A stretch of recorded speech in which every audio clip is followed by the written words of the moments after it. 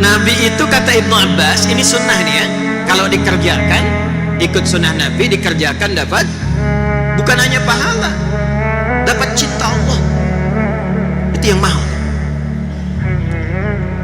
Pak, bukan hanya pahala ya Pak, semua kegiatan kita yang diniatkan ikut petunjuk Nabi itu bisa berpotensi mendatangkan cinta Allah.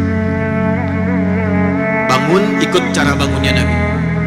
Mau minum, ikut cara minumnya Nabi. Diniatkan ingin ikut Nabi, itu seketika turun hukum Quran surah ketiga Ali Imran ayat 31. Qul in kuntum tuhibbunallaha fattabi'uni yuhibbukumullah. Viralkan Muhammad, jika ada orang yang serius mencintaiku, buktikan cinta hambaku kepadaku dengan mengikuti contoh dan jalan hidupku. Ketika ikut diikuti, Allah turunkan cintanya kepada kita. Jadi kalau cinta Allah sudah turun Pak Ibu, itu selesai. Dosa diampuni, rahmat diberikan, rizki dilimpahkan, ya. Belum kita berpikir minuman sudah dibagikan, itu rahmat itu. Rahmat kan masuk masjid itu baca rahmat kan, Allahumma ftahli abwaba rahmat. Ketika rahmat datang, semua datang. Ayo bagikan tuh. Baik, balik ya. Maka kata Ibnu Abbas itu adalah kebiasaan Nabi Sallallahu Alaihi Wasallam. Satu, kalau beliau bangun tidur, beliau duduk terlebih dahulu. Ini sunnah. Bukan hanya cara, tapi sunnah. Diikuti, dituliskan pahala, potensi cinta Allah. Duduk. Ya, bangun tidur, terus duduk. Kan barusan dibilang, gak ada orang bangun tidur langsung mandi itu. Ya, bangun tidur, ganti liriknya itu di TK-TK Aisyah ya, sesuai dengan sunnah dan hadis. Nabi bangun tidur, terus duduk. Dalilnya Abu Daud nomor hadis 1367, rawinya Ibnu Abbas. Bikin status tuh. Tenang dulu, biarkan darah mengalir. Setelah itu, wa masaha biyadihi min athari naumi, beliau menghilangkan bekas kantuknya dengan bagian tangannya yang bersih. Ini penting kalimat ini karena nanti ada hadis lain, jika Anda bangun tidur maka cucilah tanganmu, karena engkau tidak tahu kemana tangan itu berkelana saat engkau tidur itu. Karena itu redaksinya bagian tangan yang bersih, hilangkan bekas ngantuk.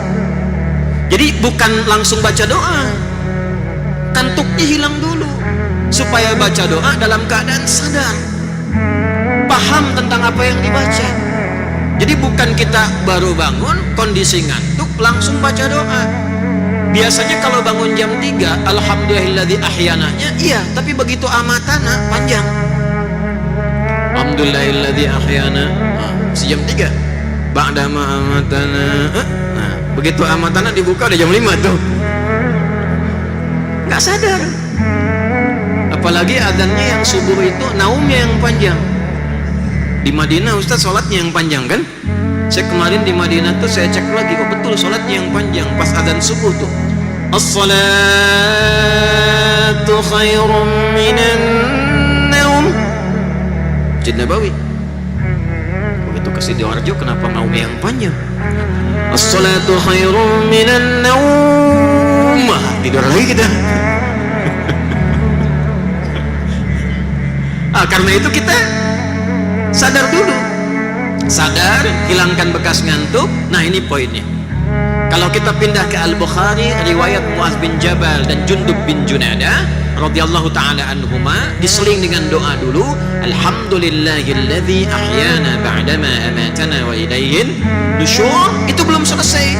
Setelah itu faqara'a khawatima Ali Imran, maka beliau mengajarkan kita membaca, menelaah 11 ayat terakhir surah Ali Imran. Itu sudah rutin Pak. Itu karakter orang Islam tuh, karakternya saat bangun dia membawa spirit Ali Imran ayat 190 sampai ayat ke-200, 11 ayat. Inna fi khalqis samawati wal ardi wa ikhtilafil laili wan nahari la ayatin li ulil albab. Jadi kita baru bangun sudah diminta oleh Al-Quran, dituntun oleh Nabi untuk menjadi pribadi ulul albab. Baru bangun.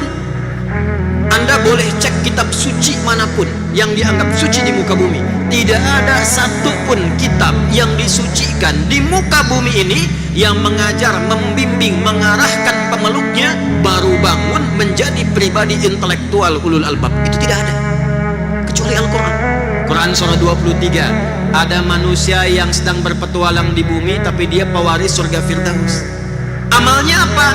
Dikeluarkan ayat 1-9-nya. Qad aflahal mu'minun alladzina hum fi salatihim khashi'un. Jadilah kegiatan kurikulum.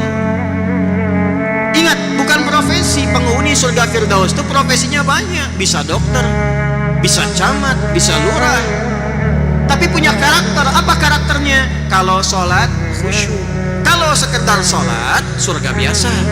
Tapi kalau ingin Firdaus, belajar khusyuk menikmati sholat. Satu.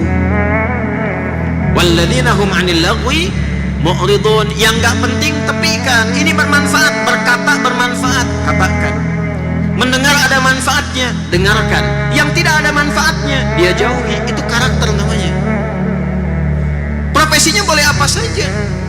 Turunkan itu ke bumi, jadikan panduan dalam berkehidupan. Maka itu yang dimaksud kurikulum akhirat. Jadi ketika meninggalkan dunia, siap dengan bekal akhirat. Firdaus sudah menunggu. Karena persiapan bekal kita siapkan dari sekarang. Dunianya tidak hilang, minumnya tetap sama, makan tetap makan, kerja tetap kerja. Hanya bedanya kerja di tempat yang sama. Ada yang tidak sholat, ada yang sholat, ada yang sholatnya khusyuk. Itu yang kita siapkan. Nah, itulah ulul albab. Itu sebabnya ketika kita bangun kita katakan alhamdulillahilladzi ahyana ba'dama amatana wa ilaihin nusyur. Ya Allah, terima kasih Engkau berikan padaku kesempatan hidup saat ini sesuai ajalku, walaupun Kau tahan sementara tadi dalam tidurku. Perhatikan kalimatnya, perhatikan. Aku berjanji sekarang akan menyebar di dunia mencari persiapan bekal untuk pulang kepadamu. Nusyur itu menyebar untuk kembali. Wa ilaihin nusyur, aku sekarang ingin menyebar untuk cari bekal persiapan pulang kepadamu. Jadi kalau Anda bangun tidur baca doa itu kemudian maksiat, itu khianat kepada doanya. Jadi nggak mungkin ada orang baca doa itu berbuat kriminal, itu mustahil. Karena dia komitmen. Allah kemudian kasih panduan. Oh, kamu ingin cari bekal? Ini cari bekalnya ya. Cari bekal yang membuat engkau semakin dekat denganku. Satu. Kedua, pahami tentang esensi kehidupanmu di muka bumi. Lalu tanya balik, merencanakannya bagaimana ya Allah? Teruskan ayatnya. Alladzina yadhkuruna Allaha qiyaman wa qu'udan wa 'ala junubihim wa yatafakkaruna fi khalqis samawati wal ardh. Saya mau sampai ke situ. Ulul albab itu dia menyiapkan bekal untuk pulang kepada Allah. Apa yang dia lakukan? Dia menyiapkan semua agenda kegiatannya. Tafakkur itu menyiapkan sesuatu sebelum dikerjakan. Contoh gini, maaf ya Pak Ibu, sekarang jam 9, saya tanya jam 10 Bapak mau di mana? Jam 11 nanti di mana? Sholat duhur berjamaah di mana? Asar Ibu nanti ada di mana? Jam 5 mau kerjakan apa? Jam 7 ada di mana? Malam nanti mau baca Quran berapa halaman?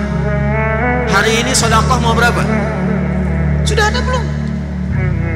Ulul albab itu dia rinci, bangun tidur sudah jelas agendanya. Maka itu waktunya disebut dengan subuh. Subuh itu dari kata asbah, yang sudah siap rencana dan kegiatannya.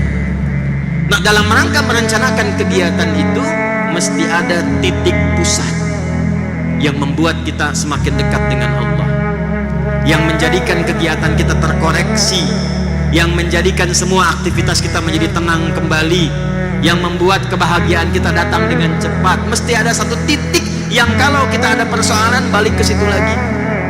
Kalau kita ingin memulai dimudahkan datangnya ke situ. Itulah masjid.